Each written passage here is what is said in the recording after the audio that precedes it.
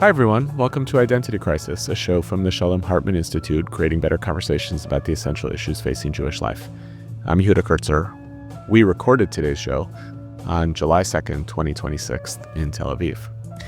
Before sitting down with my guest, my friend, and the extraordinary cookbook author Adeena Sussman, Adeena and I met up at Shuk, HaCarmel, Tel Aviv's vibrant open-air market. The Shuk in Tel Aviv is magic. Narrow walkways, stalls filled with produce, spices, falafel stands, hidden coffee shops, people yelling at each other. It's Israel in so many ways. It's a sensory overload experience. Hey, Adeena. Hey, how are you? Good to see you. Welcome to Tel Aviv. Thank you. Want to grab some coffee? Yeah, that'd be awesome. Do it. Coffee shops are the Chilonim synagogue. People come to a coffee shop, like they come to the synagogue for community. And that's funny because I sometimes refer to cookbooks as culinary sidurim. The way my grandmother taught me to make jachnun was like this. Okay. So, Anishna, boker tov. This is the only stall in the Shuk that sells like baladi, Palestinian and Arab stuff. And this is fakus, which is, the Armenian. It's actually a melon family, but people think of it more like a cucumber, seasonal. And so, I come here for that kind of stuff. Have a grape. Have a Rainier cherry. Are these local? Oh yeah. Nothing here is imported. Everything is in seasonal and local. Toda. All right, off we go. Heading home. I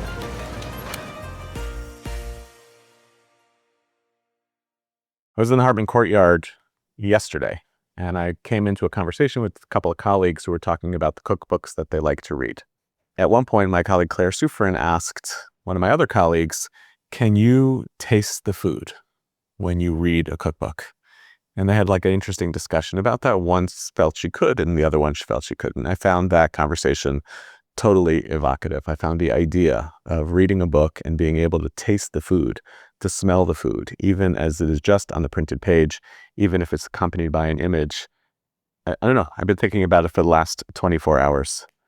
I think I do, but I think my relationship with food is a little bit different. Less that I can taste the food on the written page, and more like when I eat certain things, I feel like this awash with memory. So it's not on the reading part, but it's on the eating part that I kind of fill in the poetry and prose of life and memory and image in that process, a kind of journey from past to present. When I was a kid living here in Israel in the early 80s, we used to go to the pool during the summer near our house in Herzliya, and there was a snack that we sometimes got at the pool. I think to this day, it was probably the most delicious thing I ever ate. That snack was a fresh, warm pita that was full of French fries. It was a completely ridiculous food, drizzle it with ketchup, but when I think about it, it's the food I don't think I would ever eat again, certainly not as an adult. That would just like finish me for the day. I think about it, it's not that I remember the taste of the food, but I can kind of remember being a little kid with like wet hair, feeling damp from the pool. In other words, that memory of food awakens different physical sensibilities that I can kind of almost feel in my body. A more poignant version of this was when I was living here in my summers between my sophomore and junior year of college. I had a job here in Tel Aviv. I was commuting from Jerusalem. And there was one time I came into the bus station. I think I must have arrived at like 8:30 a.m. from Jerusalem to Tel Aviv. And I passed a car, I'll never forget it, where there was a kid in the front seat, couldn't have been older than 18 or 19, in his army uniform, being dropped off by what looked like it must have been his grandfather. And he was being dropped off at 8:30 a.m., I think it was a Sunday morning, to go back into army duty. And he was sitting there and just inhaling a full plate of schnitzel and rice and hummus and salad at 8:30 in the morning. And there was another plate sitting on the dashboard. And his grandfather was like leaning on top of him from the driver's seat, almost coaxing the food in his mouth. You could visualize the love and fear and sadness the sense of urgency fill up because you're not going to be back here for this food for another week or two or maybe longer. And I have never stopped thinking about that. It reminds me also of every time I smell mint, but really good mint, including the mint that we smelled today in the Shuk, I feel the presence of my grandmother. And it's because she had mint, wild mint, growing in her yard for only a short period of time that I can remember before she moved into an apartment in Brooklyn. So it's like a 2-year window where the memory of that mint just brings the presence of my grandmother back into my life. I love food. People who follow my social media know this. It was a weird career turn. I started writing about food early in my career.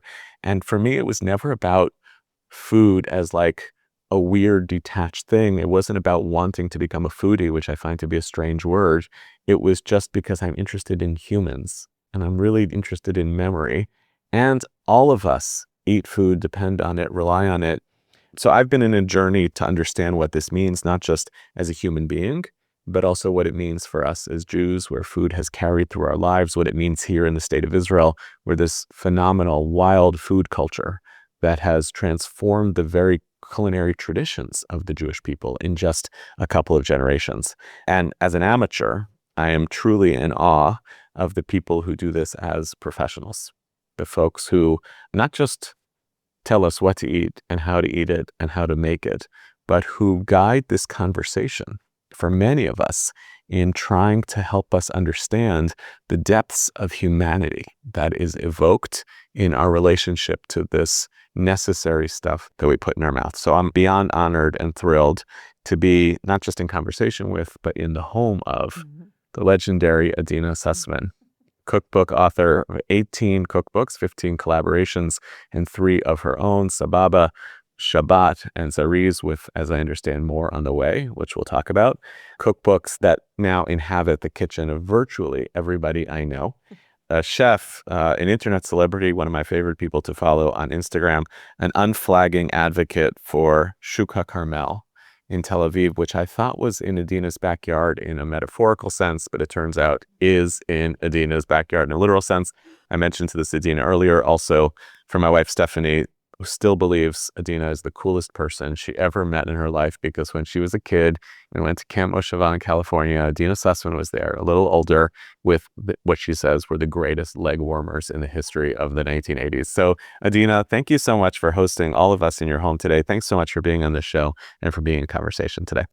So great to have you and to be had by the podcast. I'm thrilled to be here. Thank you.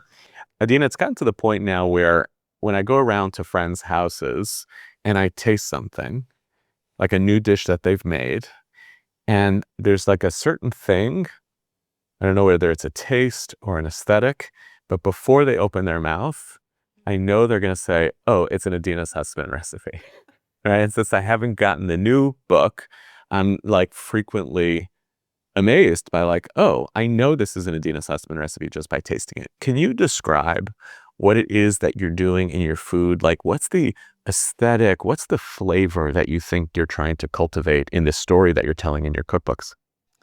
It's a great question. I mean, I think of myself as also a cook, but also as a storyteller. And I think that, first of all, when I write a recipe, the words that I put with the recipe are as important as the food itself. And I think that you're hooked on my recipe potentially before you've even made it, because I'm trying to entice you and lure you into not only the cooking itself, but the romance of the recipe, the story behind it.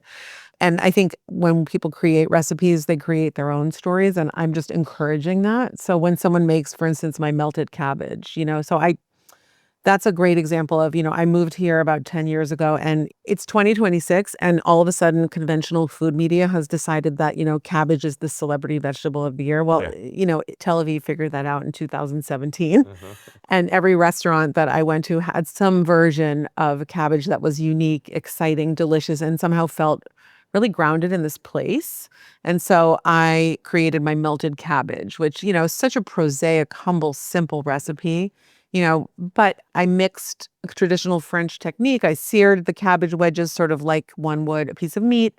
And then I reduced some white wine in there with some shallots. But then I just covered it and threw it in the oven until it turned dark brown, which, as we all know, is the best color of brownest. all delicious food. Yeah. And so I think that's a very Adeena coded recipe. It's something that's exciting, that has a nod to something going on now, but also is something that I love, that's very simple and humble, very makeable and doable. Something that I like to call a forever recipe, something that either you commit the recipe itself or the taste memory to memory, and it's something that you want to turn back to again and again. Yeah. And seeing which recipes become those forever recipes for people has been and continues to be one of the most fun and interesting parts of my job, because it's sort of an edible focus group. I have ideas about which recipes I think are going to sort of take hold and become something bigger than the recipe itself. And I'm often wrong. Yeah. Sometimes I'm right, but often I'm wrong. I'm tempted to riff with you on cabbage. Yeah. For an hour, we could talk about it. I think it's a top 5 vegetable. I agree. And maybe top 3. What else is in that top 5 I for mean, you? onions. Oh, yeah. Okay. You don't think of it, but it's really Yeah. at the base of everything that we do. I think leeks are another one. Leeks, agreed. And I think leeks are the next cabbage. You heard it here first. They're, again, inexpensive, sturdy, last in the refrigerator for a long time. Winter vegetables are sort of unsung heroes, I think, of the kitchen, take on flavor really well. Cabbage is similar to leeks in that it can be crispy, it can be melted, it can be unctuous, it can have bite to it, and it can take on a lot of the other flavors that surround it. So that's another one. I mean, cauliflower is also just a biggie, but, we can't forget about, all of our beautiful summer greens and all of that as well. I usually put parsley on the list also. Parsley. Hugely underrated vegetable. Interesting. I would say for me... People have that reaction. No, I like parsley a lot. Cilantro has replaced parsley for me, I think, Uh-huh. because of where I live. Yeah. And, growing up in a Ashken normative household, we were a parsley home. Yeah. But, cilantro is such a huge part of so many of the cuisines that, typify Israeli food. And I think they have a little bit more flavor and character, so I like to use it. But I always say that you can swap in like any herb that you like. But parsley is a good one. You live on top of the Shuk. It's a huge Yeah. part of your life. It is. And you come from a great food place, which is California. I do. California is a place of great produce. So if you're going to live in 2 places, that's not terrible. But what changed for you in terms of your relationship Sure. to fresh fruit and produce by being particularly in this place? Yeah. I mean, my childhood was a combination. I grew up in Palo Alto, California, and it was a combination of, yes, the immediacy of great seasonal produce, usually given to us by friends from trees like figs, shesek or loquat, something that I've only really ever seen here, sort of came back to me in this burst of emotion and sort of Proustian love for this fruit that I had as a child. Can I just pause with you in a second on loquats? This is like a theme in our house because Stephanie, also from California, loves shesek, loves loquats. It's like a 2-week None of season. us do. So it's constantly a laugh line until my son Jesse was taking the SATs and there was a question about loquats. Was there? And none of his friends knew what it was, but he was like, oh God, after all these years of mocking the loquats. So go on. Stephanie always comes through. Yeah, totally. But on the other hand, conversely, I grew up in the 1970s in suburban California. And we were, like I like to say, a garlic powder and margarine household. We were kosher. We were 20 miles from Chez Panisse, but, Alice Waters did not influence our home. Mm-hmm. And so I grew up in a very Hamish cooking environment, very delicious.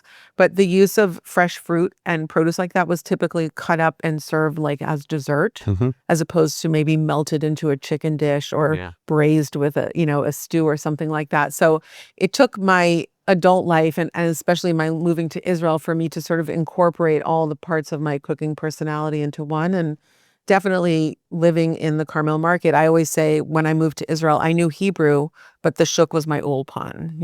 It was my culinary ulpan. It was the place where I started to decode the ingredients of the Israeli pantry in a really intimate way, different than as an outsider who was coming to visit. Sure. And also realizing that it was a place that had 100-year heritage, now 110-year heritage. And there were many stories to tell of people in the Shuk and what they've contributed to the food culture of Tel Aviv and to Israel, and that it's a multicultural place that really is kind of reflects the story of modern Tel Aviv itself. Totally. So you said earlier that you like to see yourself as a storyteller Yeah. through your food and how much the prose and the recipes influence each other. Sure. What is the story? What is the master story that you're trying to tell? I mean, my story and the story of Israeli food have become sort of intertwined and inseparable.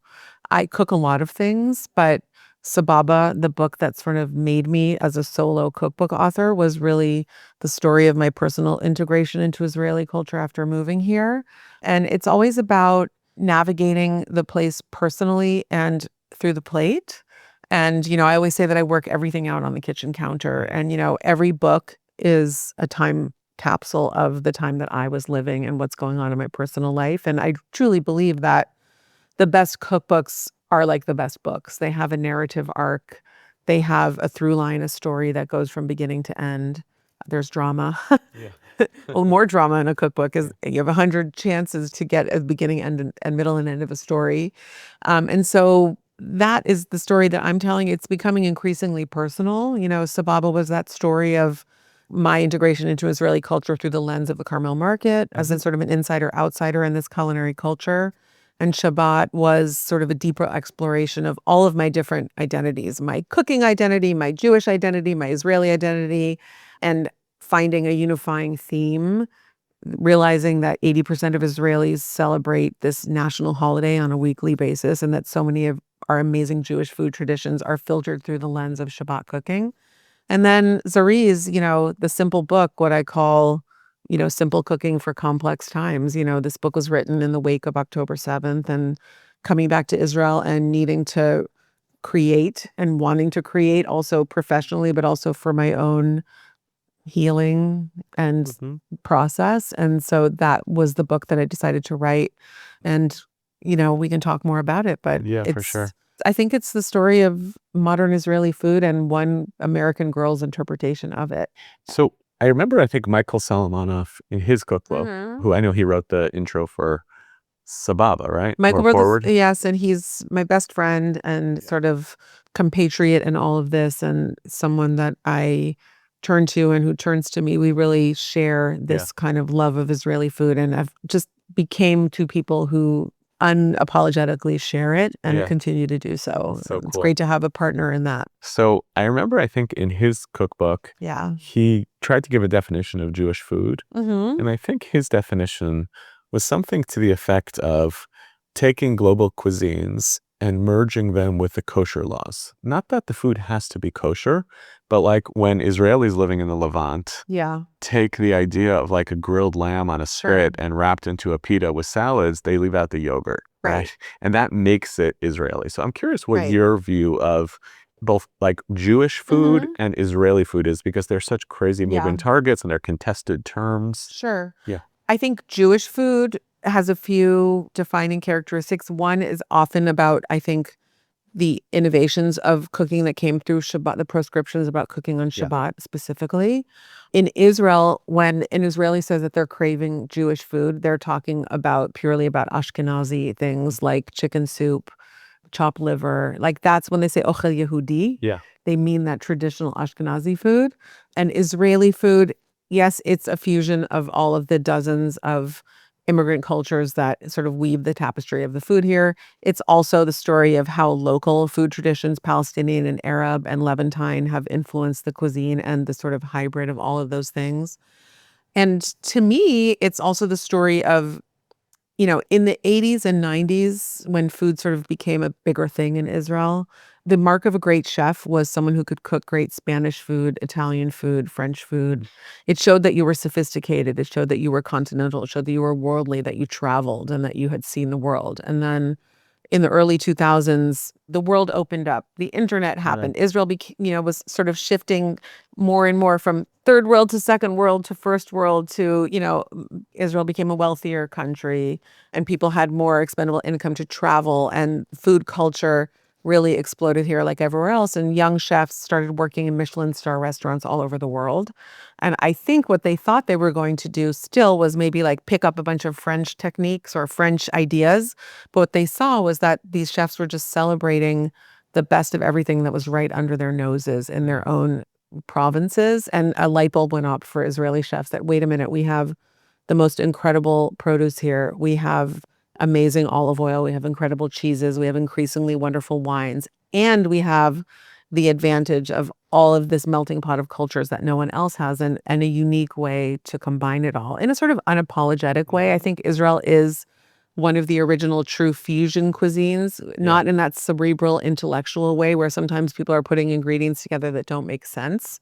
It's about, a Moroccan dish that has shuk woven into it, and like you said, the pita with the French fries is an extreme example, but there are many examples of that kind of hybrid cooking. Yeah. I mean, it feels very visible, and I feel like I watched this happen to see the total Mizrachification of the Israeli kitchen. I mean, the influence. And Israeli culture in general. Yeah, and Israeli culture in general. Like, it's changed what is understood to be Israeli music. Exactly. Pop culture. Yeah. The founders of the state were primarily Ashkenazi, and that culture was dominant.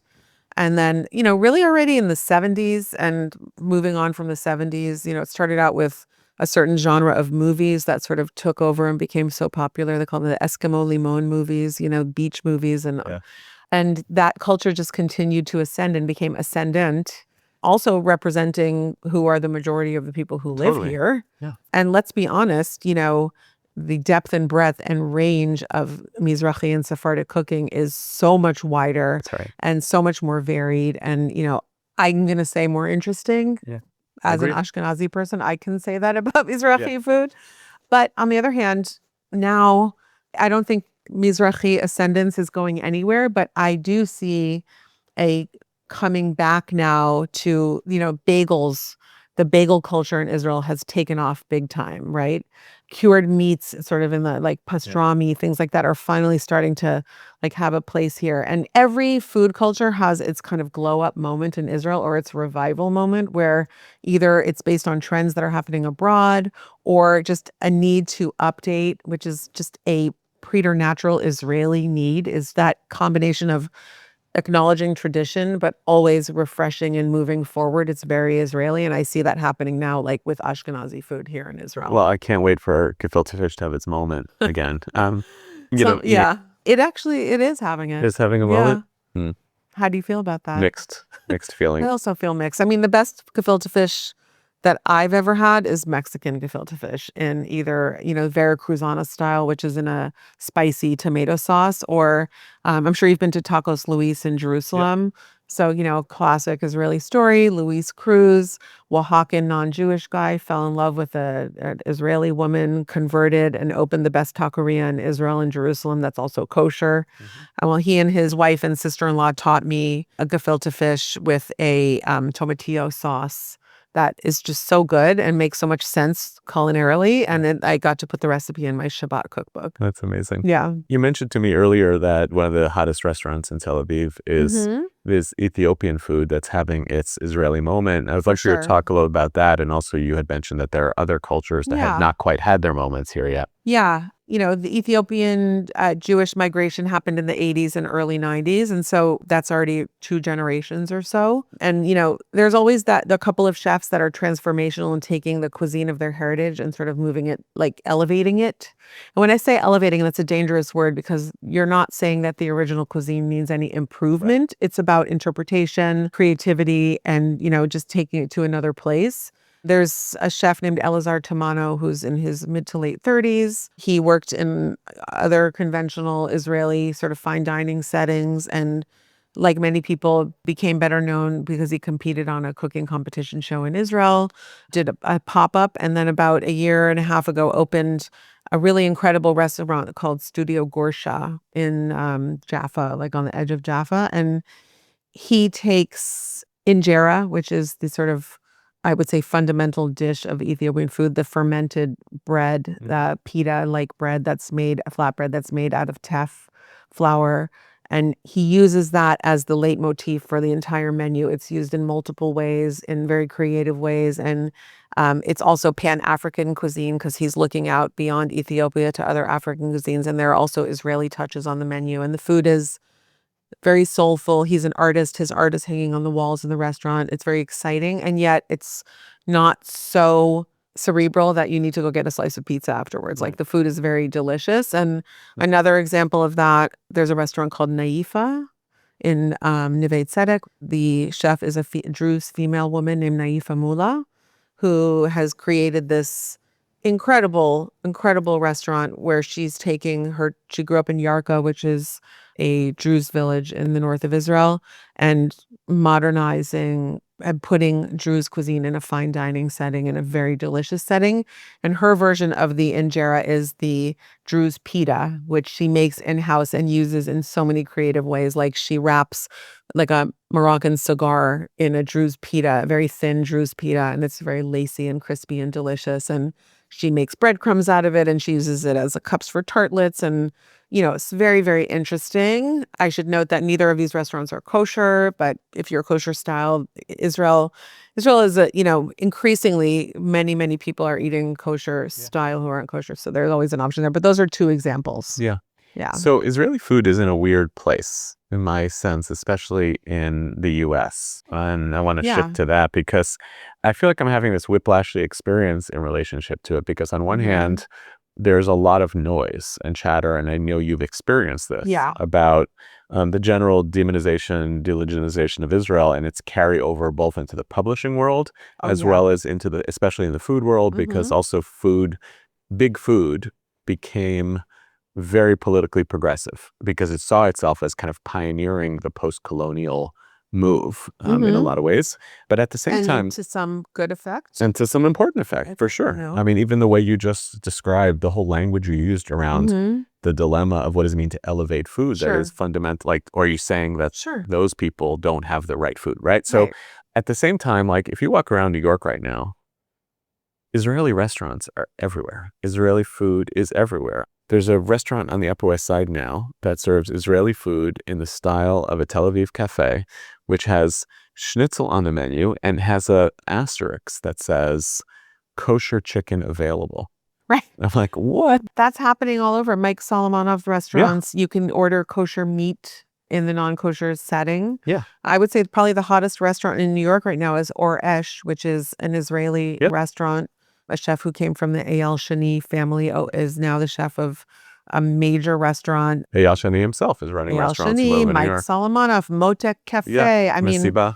yes. So I guess the thing that I'm trying to sort out is it's become a really prominent global food. There are only a few times, even over the last couple of years, where those restaurants have been the locus of anti-Israel activity. I would have thought it would have been a lot more. So something weird is happening where Israeli food people are being marginalized in the global food community, but Israeli food is also taking over in the West. Can you unpack some of that?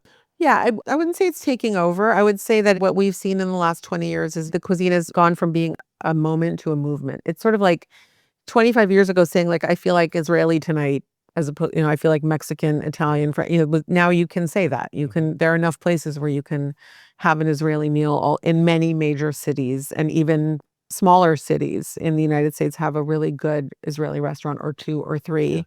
I think, first of all, obviously, New York is still home to the largest Jewish population outside of Israel.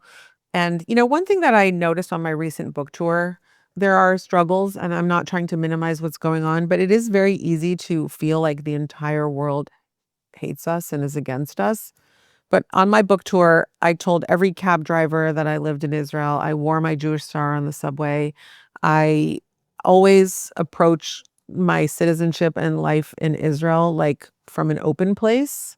And I think that these restaurants are open and inviting environments, and they're, from my perspective, non-political. Obviously, people try to foist politics onto this food and make it a larger part of it than it is. And I think that the average consumer wants to go have a delicious meal and enjoy the flavors, and they might not be thinking about all of the geopolitical issues that have been imposed upon it, like we are like potentially in these kind of spaces. So I think that has something to do with it. It still remains to be seen where it's all going to shake out, honestly. But, it's true. Trader Joe's is selling bamba. Totally. Trader Joe's is selling Shuk. There are all kinds of new food companies that are inspired by Israeli flavors, and they're doing really well. Yeah. What do you think? I mean, I don't know. I mean, when you said, you've had many New York Times bestselling cookbooks. Zari's is a New York Times bestseller. Zari's was a New York Times bestseller, as was Shabbat. my books haven't been written about in the Times in a long time, or by a lot of other mainstream media. I don't dwell on it. But it's there. It's definitely there. I think there is a chilling effect going on, and I don't like to give it too much air because I am really actively and happily engaged in my career. And there are a lot of people, obviously within the Jewish space, but also outside of the Jewish space, who support me and my work. So it's a fine balance.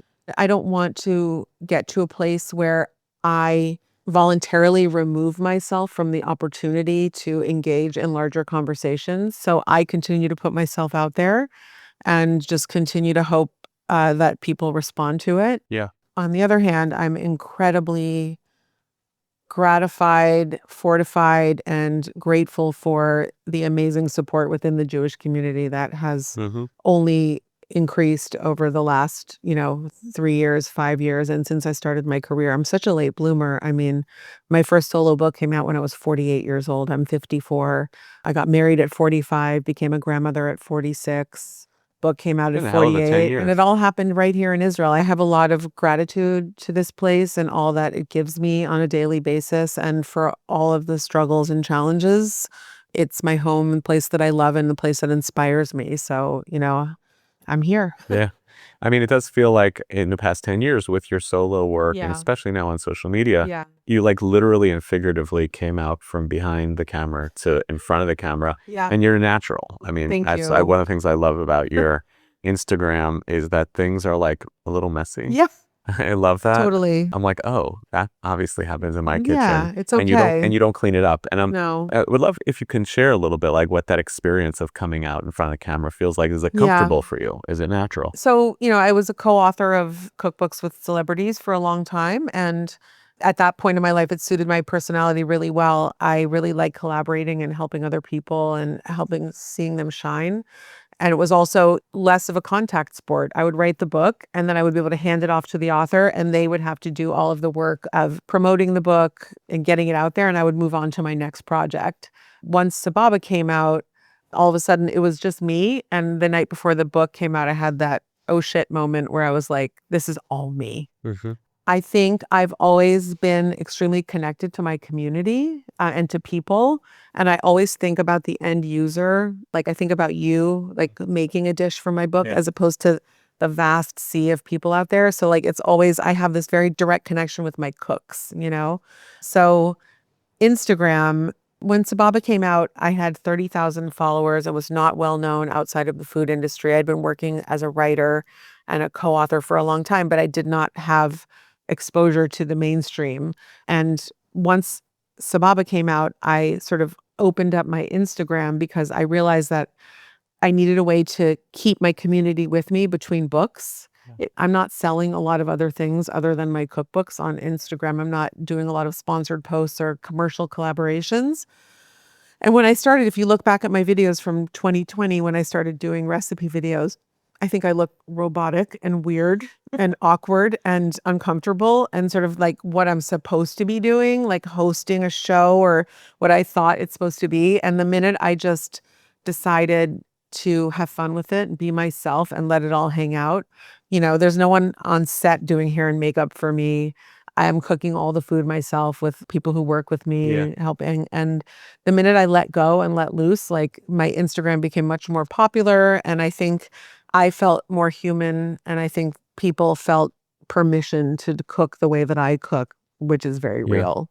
This idea of community is Yeah. so interesting. I mean, in social media in general, but in particular for someone who's doing this kind of thing where The feedback is so immediate. And Really? so, I mean, think about it. Like, if you write a novel, sure, you're going to get comments, but you're probably not going to have thousands of people telling you about specific paragraphs of Right your away. book, right? Right. So, Zariz came out, like I would say the book to cook connection was the fastest ever because it's a quicker, easier book. Like hundreds of people were making the recipes like on the first days, posting pictures, sending me messages.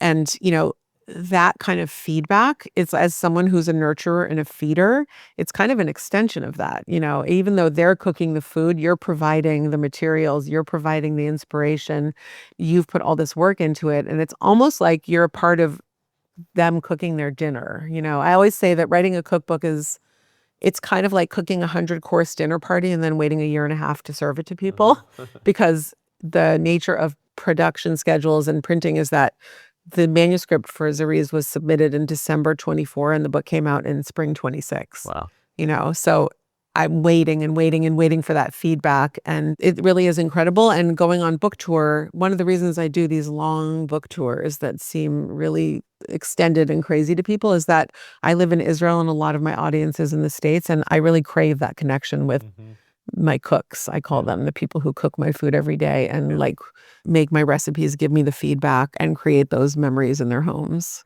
So I'll go back to something you said earlier about Zariz and the healing process. Oh, yeah. Comfort food for, would you say, complex times? Yeah. It's something we heard earlier in your coffee shop here in the neighborhood where the owner, the proprietor, talked about how people come in here from all sorts of backgrounds. They don't talk politics. That like some of this is escapism and some of it is more profound than that, that our relationship with whether it's comfort food, the food that feels familiar to us, is actually a kind of deep organizing principle that helps us put things back together. Talk a little bit about that for you, especially there's so much latent trauma on the streets here. And there is, politics infuse every parsley leaf in this country, and there's no escaping it. So I think sometimes there are these social contract moments where we decide we're not going to talk about politics. And, listen, people talk about politics in the coffee shop. It's part of life. But there is, in at least the place that I go, and it suits my personality, a sort of shared interest in finding common ground and commonality over something as simple as caffeine and a short, defined space and time in the day when you can commune over something delicious and have like a warm moment with a friend. This country is so intense. Living here, after a while, you really have to choose your own experience. I'm very engaged in the political process. I live here. You feel as a voter here, I always say, try to explain to people how small Israel is. There's a national weather report. There's a national traffic report. Imagine living in California and hearing what's going on the Cross Bronx Expressway, right? Here, I know if my stepdaughter is stuck on the highway, at Somet Golani because it's on the national news. And so everyone is so interconnected here. Every minute, everything that's going on. And that applies to politics as well. We're all aware that every decision that our leaders make or that we make can really impact one another. And so to have a few moments in the day where that doesn't have to happen, I think is extra important. My favorite story about how small this place is was some years ago, I had to drive to the consulate. It was then East Jerusalem passport thing. Yeah. And I parked my car on the street and came back and it was towed.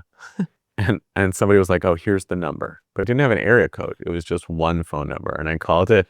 And I was like, my car got towed. And he pauses for a second. He goes, Silver Hyundai? And it's like, yes. It's like, okay, go to this place. I'm like, this is ridiculous. There's one number for this in this country. It's true. So the other way that people respond to this, some of it is through, the Shabbat table as a place of regathering. And some of it is through communal food spaces. And some of it is actually food being overtly political. Jose Andres is a major player in the food world. His work is humanitarian, but it's inflected with politics. There's often wars about the legitimacy of Israeli and Palestinian claims to food. So where do you sit on that? Do you feel like your food is participating in that political discourse? Do you have patience for it? First of all, like a word about Jose Andres, for instance, the man also has an Israeli office for World Central Kitchen and an well-known Israeli food personality, Ruti Russo, is his... Oh, making no judgment. Huh? No, I know, but it's just interesting because I think people don't realize, and I'm not defending, there's just always a richer, deeper story than the one that we see and hear on the news. That's all I'm saying there. I'm aware that because of where I live and because some of the dishes that I make are Palestinian in origin or Arab in origin, that becomes inherently political. My approach to talking about food and its roots and provenance is that what I always try to do before I make a dish my own or even make it is just acknowledge where I believe it came from based upon my research or people that I've spoken to or where I had it. And then I feel like I can give myself some license to make some adjustments or to make it my own in a way. Israelis are a lot less precious about issues like cultural appropriation than Westerners because so many things here are a pastiche of so many different cultures. And people are good about saying, oh, that's Moroccan, oh, that's Yemenite, oh, that's French, oh, that's American, oh, that's Russian. But it all kind of gets thrown together and it creates something that's part of this unified national culture here. Yeah. The way I feel about arguments like where does falafel come from or where does hummus come from?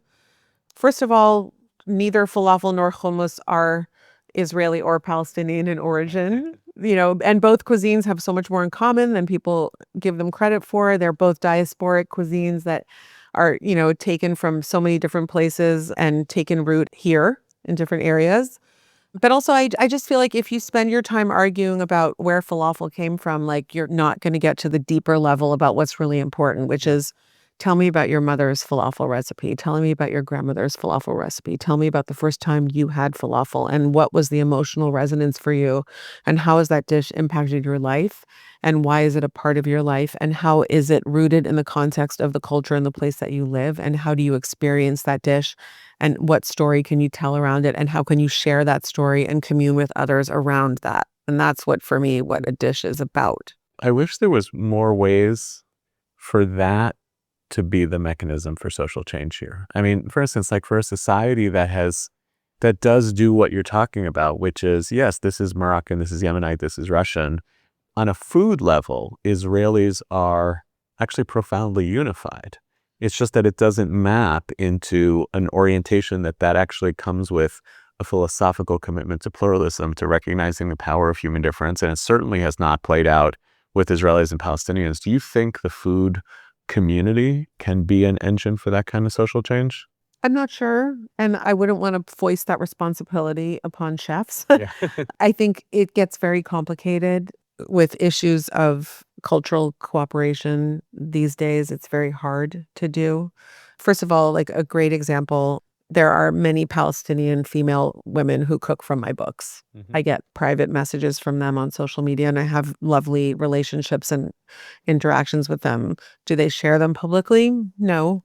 Is that their right? 100%. Would I ever be offended or care? No. It's much more important to me to know that I have touched someone and crossed over some kind of a boundary or border through my food. Like I get the chills thinking about that. That to me that's community. That's something that I'm able to build through my food.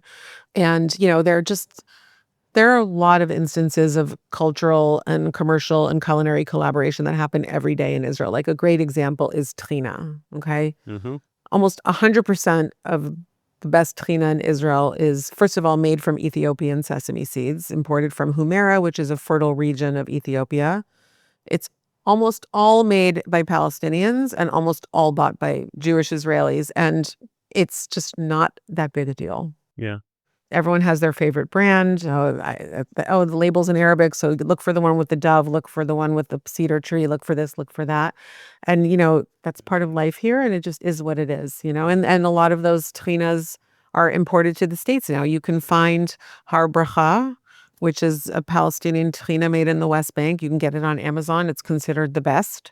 You can find Al Arz, which is a company that was founded by a Christian Arab mother and daughter, which was sold to Sugat, which is an Israeli company, but amazing female-started trina company. And then there is Soom and Seed and Mill, which are two female-owned American companies that the trina is made in Israel. So, there's a lot going on that isn't written about or talked about. And I'm not so interested in standing on a soapbox with a microphone and trying to say, you see. Like I'm always an advocate of showing as opposed to telling. Yeah, sure. And I think food is an amazing opportunity to show as opposed to tell. And the entry point is the bite. The entry point is the stir, the aroma, the recipe, and that is a great privilege. All right, rapid fire. 3 places people should eat in Tel Aviv. My kitchen, but that's unfortunately not an option for everybody. It's not open to the public. Let's see. In Shuk HaCarmel, I'm going to say falafel Elad. Elad is my falafel slinger. He's a Yemenite Jew. His mother makes the batter every day. There's sauerkraut in the bottom of the pita because his mother's friend was German neighbor who introduced her to sauerkraut, and it makes a lot of sense when you think about it. It Totally. cuts through the richness of the tahina and that. Once again, cabbage. Yeah, go ahead. Totally. For a kosher audience, Malka and Devora, Eyal Shanid's 2 restaurants in Tel Aviv, are fantastic. I would not describe them as kosher restaurants the way that I would not describe my books as kosher books. Right. They happen to be kosher. Mm-hmm. They stand up to every criterion of what a good restaurant should be. Yeah. And they really are a great representation of like the local food scene and a way to experience the fun and the sort of party environment with also really, really good food. And then I would say in my neighborhood, there is a fantastic traditional Ethiopian restaurant called Bali Injera. A woman named Fanta Prada runs it. And she came here when she was 4 from Ethiopia, lost family members along the way, trained as a lawyer, was a very well-known model in Israel, and decided to dedicate her life to the preservation and celebration of Ethiopian culture, and has this incredible kosher Ethiopian restaurant on the edge of the Yemenite quarter that is just so delicious. They make their own injera. Everything is fresh, everything is tasty, and everything is just infused with love and hospitality. Okay. So second, this is going to be a possible question and you're going to hate Sure. it, and then maybe you won't even want to answer No it. problem. What is, of all of these things that you've had to cook many, many times in order to test them, what's your favorite one? The one that My you favorite. will still go back to and cook it for yourself and for Jay with verve? It's a really good question. The cookbook Sababa was, I would say, of all the books, a lot of those recipes were like the low-hanging fruit because it was my own first book, and there were a lot of things that I had been making in my life for a long time that were where I was sort of like training myself for how to cook with this food in my own. A lot of my recipes are, when I say like Adeena coded recipe, is something that also has a proud influence of my American upbringing with something from my Israeli life that I lead now. So I would say, something that I never tire of is like my tahina blondies, which, at this point, tens of thousands of people have made. They're very much like a peanut butter blondie from the States, which is something I loved. I love peanut butter. I'm always trying to tell people, think of the American pantry item and the Israeli analog. In the United States, we use honey. Here we use Ceylon. In the United States, we'll use a lemon. Here we might use a preserved lemon. You've got your Tabasco, and we have our harissa and our Shuk. And you have peanut butter, and we use tahina. So for me, tahina, in addition to the fact that it rhymes with my name, is my favorite ingredient. And Michael Solomonov calls it the mother sauce of Israeli cuisine. And it's so versatile, and it can go sweet, savory, every course of the meal, so nutritious. And so I took the peanut butter element of a blondie and transferred it to tahina. And then I added 2 types of roasted sesame seeds and cardamom and black pepper. And just, it really feels like little Adeena from Palo Alto is there, but like she's in the Shuk and she's just bought her cardamom pods and she's pounding them at home in her mortar and pestle. So like that's a good example, I would say, of something like that. And also even just, growing up, of course, like who didn't eat a roast chicken over potatoes on Shabbat, but like my roast chicken is slathered in garlic and za'atar, and my potatoes are tossed in sumac and olive oil and lemon zest. And so again, something very simple, elemental, and delicious, but like very much imprinted with the spices that I buy and the simple, elemental, almost visceral way that I like to cook here. Can you make all those things right now, please, Bessie? I would love to. Last thing, you've been very generous with your time. You're so sweet. So wonderful to be in your home. It's been a pleasure. Tell me what's next for you. Well, first of all, a new thing that I've been doing is I've been, speaking a lot in the United States in communities. I'm really enjoying that. Like throughout the year, I'll go for small speaking tours, not just related to book touring. So I'm going out in November to visit a bunch of places that I haven't been. Here in Israel, I'm working on 2 new projects. One is my next solo cookbook, which is all about dinner and sort of how can we do dinner differently. Right. I'm really excited about it. It's going to have some unique elements that my other books don't have, which I'm looking forward to sharing. And then I'm also, I would say, especially in the last 3 years, like many of us, like I've been really seeking even a more spiritual approach to my cooking. And I'm working on a project with a rabbi friend that is sort of about the fusion of like Jewish heritage and ritual and cooking. And I'll look forward to sharing more about that with you when I can. Amazing. Well, thanks for feeding us and inspiring us. Thank you so much. It was a pleasure. So one more thing before we go. After we wrap the interview, Adeena and I made a delicious summer cocktail from her new book, Zariz, a watermelon whiskey sour. This is a bucket list item for me. I'm in your kitchen. I'm so happy, and we're gonna make a l'chaim together. Amazing. We got some beautiful watermelon in the Shuk. So, you would think that you could use older watermelon or mushy watermelon. If you do, your drink is not gonna come out as good. You'll have a bad life. And we're gonna blend this and we're gonna make fresh watermelon juice. Love it. I got a little watermelon juice on my book, and I love that because there's Yeah. no better sign of a cookbook's use than stains on the pages. I totally agree. Okay. You can stay tuned. We'll be posting that video soon. Here are some other things that are happening at the Shalom Hartman Institute. Last week, our Beit Midrash in New York buzzed with activity as we hosted our 2026 Student Leadership Summit, where dozens of college students kicked off their year-long internships with Hartman with 2 full days of training, community building, and learning with Hartman faculty. These student leaders from 36 different campuses will support Hartman's work through campus ambassadorship, as madrachim in our teen fellowship, and as embedded team members in different parts of our organization, from the Kogod Research Center to the marketing team that writes these updates. We wish them a productive year of growth and leadership. Thanks for listening to our show, and special thanks to our guest, Adeena Sussman. This episode of Identity Crisis was produced by Daniel Goodman, Annie Beyer-Chaffetz, Gabrielle Feinstone, Michelle Siegel, and Tessa Zedar. The show was edited by Seth Stein. The theme music is by So Called. Transcripts are available on our website, typically a week after an episode airs. We're always looking for ideas for what we should cover on future episodes, so if you have a topic you'd like to hear about, or if you have comments about this episode, please write to us at identitycrisis@shalomhartman.org. For more ideas from the Shalom Hartman Institute about what's unfolding right now, sign up for our newsletter in the show notes and subscribe to this podcast everywhere podcasts are available. Thanks for listening.